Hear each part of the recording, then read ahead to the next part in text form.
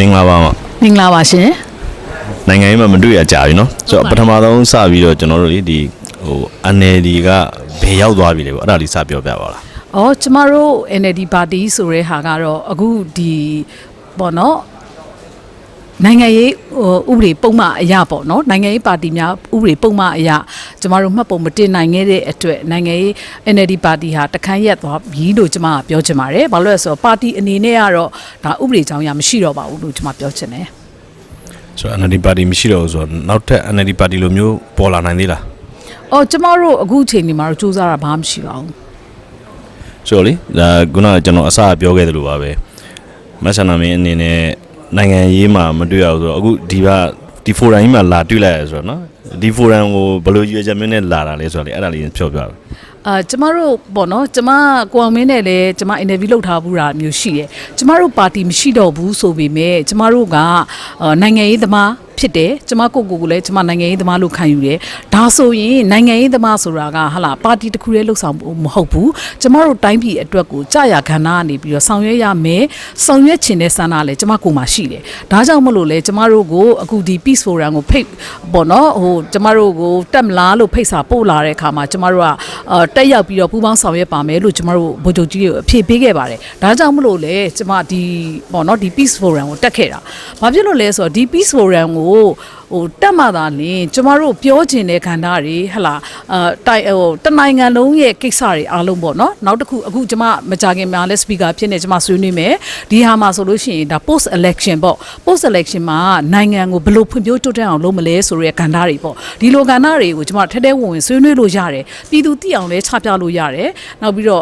့ဒီမှာတက်ရောက်လာတဲ့ပေါ့နော်တိုင်းရင်းသားခန္ဓာအလွှာတီးတီးမှာပါတဲ့လူတွေအားလုံးကိုလည်းသိအောင်ချပြလို့ရတယ်အဲ့တော့ကျမကဘာကြောင့်တက်လာတာလဲလို့ပြောခြင်းကျမတို့ကနိုင်ငံရေးသမားဖြစ်တဲ့အတွက်ကျမတို့ရဲ့ခံယူချက်တွေတိုင်းပြည်အတွက်ကိုကောင်းအောင်လုပ်စေခြင်းတဲ့စံဓာတ်တွေအားလုံးကိုဒီလိုနေရာမှာပြောရတယ်ဆိုတဲ့ဟာကဘယ်လောက်ဂုဏ်ယူစရာရှိလဲဒီလိုနေရာကိုဖိတ်ခေါ်လို့မတက်ဘူးဆိုရင်ကျမကလက်ဖေးဆိုင်မှာပဲစကားပြောရမှာမျိုးဖြစ်နေတယ်ဒါကထိရောက်သလားမထိရောက်ပါဘူးဒီလိုကဏ္ဍမှာဆိုလို့ရှိရင်ဒီဟာတွေကိုကျမတို့ဆွေးနွေးတယ်ညှိနှိုင်းတယ်ဆိုတဲ့ဟာတွေအားလုံးကိုသက်ဆိုင်ရာလူကြီးတွေအားလုံးကနားထောင်ပေးတယ်ပြန်ပြီးတော့အဖြေတွေပေးတယ်နောက် action ယူပြီးဆောင်ရွက်ပေးတယ်ဒါကဝမ်းသာစရာပေါ့နော်ဒါကြောင့်မို့လို့ကျမတို့အနေနဲ့ဒီ Peace Forum ကိုယုံကြည်ချက်အပြည့်အဝနဲ့ကျမတက်လာတာဖြစ်တယ်နည်းနည်းဒါဆိုကျွန်တော်ငြိမ်းချမ်းရေးဘက်လေးနည်းနည်းမေးကြအောင်ငြိမ်းချမ်းရေးကကျွန်တော်တို့အခုဒါပြောရရင်မဆန္ဒမင်းတို့ NLD အာဏာရခဲ့စရာနဲ့အခုနေ့ကတော့တော်တော်လေးကွာခြားတယ်ပေါ့နော်အဲ့တော့မြင်နေရပြီလားငြိမ်းချမ်းရေးအရင်လိုပုံစံမျိုးပြန်မြင်ရတော့မလားငင်းငယ်ရေးဆိုတဲ့ဟာကအခုကျမတို့ဒီနေ့ဆွေးနွေးတဲ့ချက်ဆိုလို့ရှိရင်election ပေါ့နော်election မှာဘာတွေအရေးကြီးတယ်လဲ election လုပ်ဖို့ဘာတွေလဲပြီးတော့ post election ပေါ့နော်အဲ့တော့ဒါကြောင့်မလို့ကျမတို့က post election ကိုဖြစ်လာဖို့ဟာလာငင်းချမ်းရေးတွေဆက်လက်ပြီးဖြစ်လာဖို့ဆိုတာ election ဆိုတာလည်းအရေးကြီးတဲ့တစ်စိတ်တစ်ပိုင်းဖြစ်တယ်ဆိုတာမျိုးကျမတို့ထည့်ပြီးတော့ဆွေးနွေးမယ်အဲ့တော့ကျမတို့ငင်းချမ်းရေးကိုမြင်ကျင်လားဆိုတော့မနေ့ကလည်း expertise ဆွေးနွေးသွားတာရှိတယ်ကျမတို့ကဘာတိအောင်ကျမတို့နိုင်ငံရဲ့အဖြစ်အပျက်တွေကိုကျမတို့ပြောပြပေးရမယ်ဒါကြောင့်လေကျမကဟာလာ2023ခုနှစ်မှာကိုယ့်ရဲ့ငွေနဲ့ပဲအကုန်ကြခံပြီးကျမတို့ဂျပန်နိုင်ငံထွက်တယ်ဂျပန်မှာကျမတို့တိုင်းပြည်ရဲ့အခြေအနေအဖြစ်အပျက်တွေအားလုံးကိုကျမတို့ပြောပြတယ်ဒါကကျမတို့ third party အနေနဲ့ကျမဆောင်ရွက်တာပေါ့နော်နိုင်ငံတော်ကခိုင်းလို့ဆောင်ရွက်တာမဟုတ်ဘူးနိုင်ငံသားတယောက်အနေနဲ့ကျမဆောင်ရွက်တာတာဝန်ရှိတယ်လို့ခံယူပြီးကျမဆောင်ရွက်တာဖြစ်တယ်အဲ့တော့အဲ့ဒီလိုမျိုးတွေပေါ့နော်နိုင်ငံတခြားနိုင်ငံတကယ်တမ်းကျမအဲ့လိုမျိုးသွားကြည့်လိုက်တဲ့အခါကျတော့ဂျပန်နိုင်ငံကဘာမှမသိဘူးသူတို့နဲ့ထိတွေ့တဲ့ရတဲ့လူတွေရဲ့ပြောစကားကိုပဲနားယောင်နေတာမျိုးကိုတွေ့ရတယ်ပေါ့နော်အဲ့ခါကျတော့ကျမတို့ကကဘာတိအောင်ကိုသေသေးချာချာပြောနိုင်ရမယ်နောက်ပြီးတော့ပေါ့နော်ကျမတို့နိုင်ငံပံ့ပိုးသည်ဖြစ်စေမပံ့ပိုးသည်ဖြစ်စေနိုင်ငံသားတယောက်အနေနဲ့တာဝန်ရှိတယ်လို့ခံယူရင်နိုင်ငံခြားတိုင်းပြည်တွေအထိထွက်ပြီးတော့ကျမတို့ဆောင်ရွက်ပေးရမယ်ကိုယ်နိုင်ငံအခြေအနေစိုးနေတာပေါ့နော်ဒါကြောင့်ကျမတို့ဆောင်ရွက်ပေးရမယ်အဲ့ဒီလိုမျိုးတွေဆောင်ရွက်ပေးခြင်းဒီလေတစ်စိတ်တစ်ပိုင်းအောင်မြင်မှုရနိုင်ငြင်းငြင်းဆိုတာဖြစ်လာနိုင်တယ်ဒီလိုမျိုးသိလာမှလည်းကဘာကလည်းကျမတို့အခက်အခဲကိုကူညီဆောင်ရွက်ပေးမှမျိုးဖြစ်တယ်နောက်တစ်ခုကခုနလိုမျိုးပေါ့နော် election ဒီ election မှာဒီ election ဘလောက်ဟလာမျှတတဲ့ election ဖြစ်တယ်လေဟလာခုနပေါ့နော်တက်ချုပ်ကြီးတွေ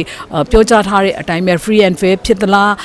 တကယ်ကိုပဲလူထုကကျေနပ်မှုရှိသလားဒီလို election တွေဖြစ်လာတယ်ဆိုရင်လေငြင်းငြင်းရေးဆိုတဲ့ဟာကလည်းတစ်စိတ်တစ်ပိုင်းဖြစ်လာမယ် မယ်ခုနကိုယ်စားလှယ်တဦးဆွေးနွေးသွားသလိုပဲဒီလိုမျိုးဟိုတယ်ကြီးမှာဒီ forum ကြီးထဲမှာလူ200လောက်ပဲဆွေးနွေးလို့ကတော့အရန်ကြီးမထိရောက်ဘူးအဲ့တော့ဟလာနေပဲအသီးသီးကန္တာအသီးသီးအထူးသဖြင့်ပေါ့နော်ကျမတို့တိုင်းပြည်တစ်ခုလုံးမှာဟလာဟိုအုပ်စုတွေခွဲပြီးတော့ပေါ့နော်ဒါတွေကိုလည်းလိုက်ပြီးတော့ဆွေးနွေးနိုင်တယ်ဆိုရင်ကျမတို့ပိုထိရောက်မယ်လို့ကျမမြင်တယ်ဘာဖြစ်လို့လဲဆိုတော့ဒါပေမဲ့ဒါကတော့ဟိုပါပေါ့နော်နည်းနည်းတော့ risk ယူရမယ်ဟလာဘေးအန္တရာယ်ကိစ္စတွေကိုတော့လုံခြုံရေးအတွက်ကိုတော့ကျမတို့နည်းနည်း risk ယူပေးရမယ်သို့တော်လည်းအဲ့ဒါကိုကြောက်နေလို့တော့မရဘူးကျမတို့ဆက်လက်ပြီးတော့ဟလာဒီငင်းငင်းရေးရွေးကောက်ပွဲဆိုတာဘာကြောင့်ဖြစ်တဲ့လဲခုနဗိုလ်ချုပ်ကြီးရာပြီးပြောသွားတဲ့အချက်တွေဆိုရင်အရန်ကောင်းတယ်ဒီလိုအချက်တွေကိုပြည်သူကိုကျမတို့ကpeople to people ပေါ့နော်အဲ့ဒါကိုအားဟိုတကယ်ကိုပဲအောက်မှာဖြာခင်းပြီးဆွေးနွေးနိုင်တဲ့အထိလုပ်ပေးနိုင်တယ်ဆိုရင်တော့ကျမတို့ငင်းငင်းရေးဒီတစ်စိတ်တစ်ပိုင်းအောင်မြင်နိုင်မှာပဲရွေးကောက်ပွဲကလုံးဖို့ကတော့90%တေချာနေပြီပေါ့နော်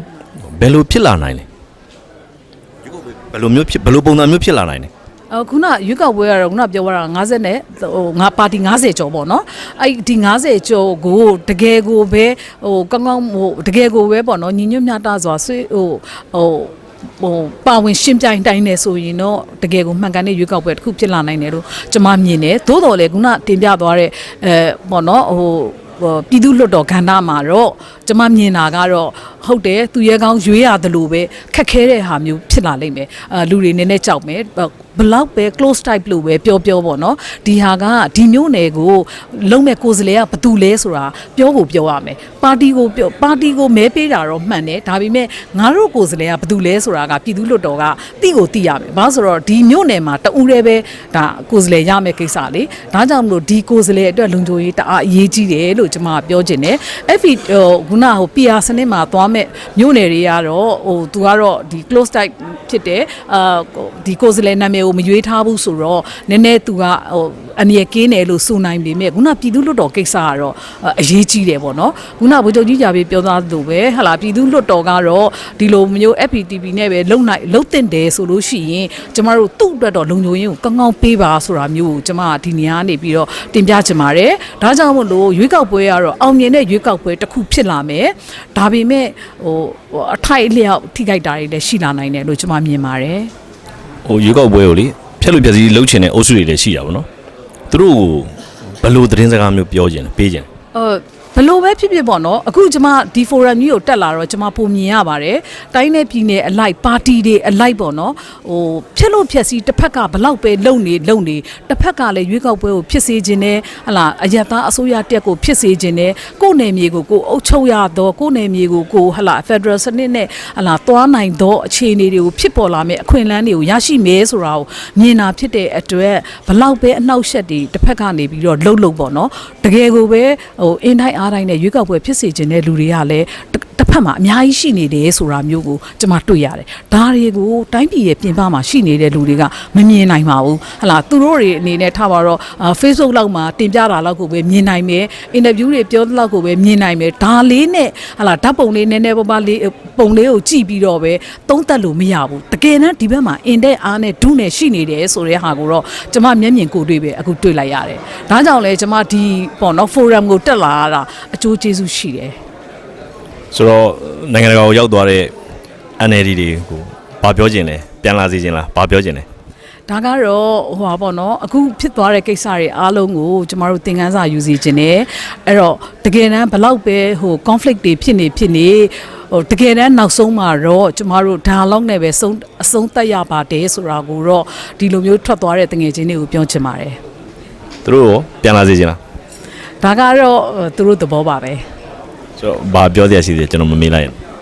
ပြောစရာတော့မရှိပါဘူးဘလို့ပဲဖြစ်ဖြစ်ကျမစိတ်ရင်းအမှန်နဲ့ပြောရရင်ကျမတို့ရွေးကောက်ပွဲကိုဖြစ်စေခြင်းနဲ့ပြည်သူတွေကအမှန်တကယ်ရွေးချယ်ပေးလိုက်တဲ့ကိုယ်စားလှယ်တွေလည်းလွှတ်တော်တွေကိုရောက်စေခြင်းနဲ့ဒီလွှတ်တော်တွေဒီရောက်သွားတဲ့လွှတ်တော်ကိုယ်စားလှယ်တွေကလည်းဟလာနိုင်ငံရေးကိုလှုပ်ရှားတဲ့လွှတ်တော်ကိုယ်စားလှယ်တွေမဟုတ်ဘဲနဲ့အခုအခြေအနေစိုးနေတဲ့တိုင်းပြည်ကြီးကိုကယ်တင်ပေးတဲ့လွှတ်တော်ကိုယ်စားလှယ်တွေပဲဖြစ်ပါစေလို့ဆုတောင်းပါတယ်ကျေးဇူးပါအမကျေးဇူးပါဟုတ်